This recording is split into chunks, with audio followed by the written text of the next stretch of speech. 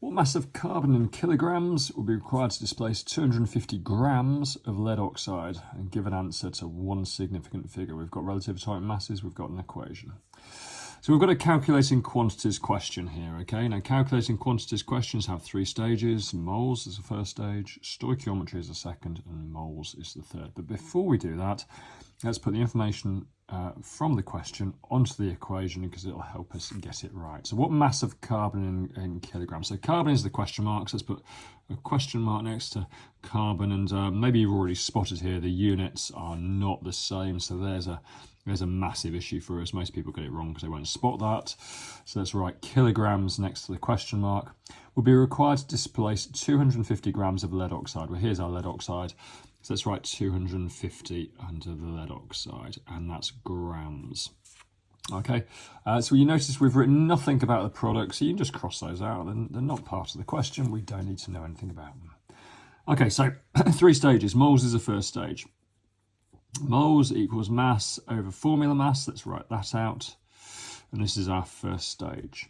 Our mass is 250, so you can write that there straight away. Our formula mass, we need to calculate the formula mass. The MR is the abbreviation I use for formula mass.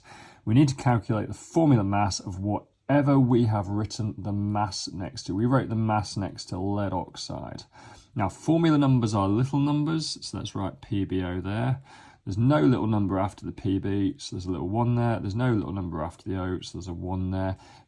The big 2, ignore it, that's a stoichiometry number. Formula mass is little numbers, so that's simply lead and oxygen. Lead is 207, oxygen is 16, so that's going to be 250 divided by 223. Once we've added those together, 207 and 16 is 223.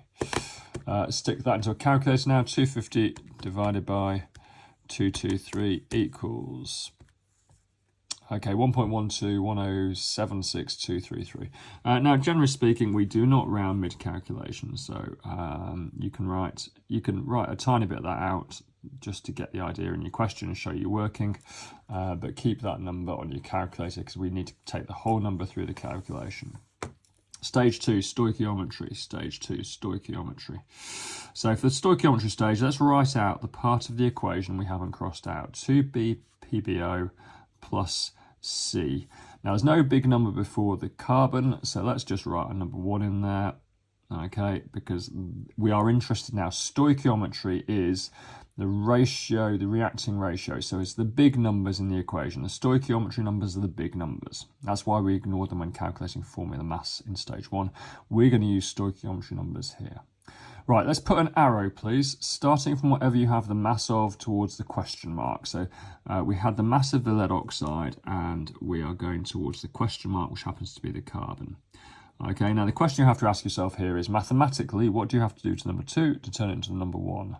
Well, that's halving, isn't it? 2 halved is 1.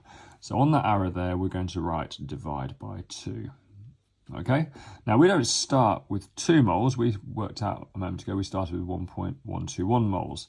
So we're going to write our 1.121 down here. Now this arrow here, we're going to replicate it down beneath, heading towards the carbon. Whatever we wrote on that arrow at the top, we're going to write on the arrow at the bottom. We wrote divide by 2 on that arrow, so we're going to write divide by 2 on that arrow. So we're going to take our answer from stage 1 and divide it by 2, because that's what we discovered with the stoichiometry of this reaction, equals 0.5605. Again, keep that whole number in the calculator. I don't mind you writing, just shortening it here for the calculation, just to show our working. So that's now the moles of carbon that are needed. Stage 1 was moles, stage 2 is stoichiometry, stage 3 is moles again. We're going to use the moles equation. But this time we're going to rearrange it to make mass the subject. So mass equals moles times formula mass. Okay, so our moles we can take through from here, from stage 2. We now discovered there's 0.56. Remember, we've got the big number still in the calculator we're going to take through, but we can write 0.56 there. And now we need to work out the formula mass of the question mark. The question mark was carbon. So carbon is just the element, so it's actually just the atomic mass, so I could make that AR, but that's fine, I'll leave it as MR.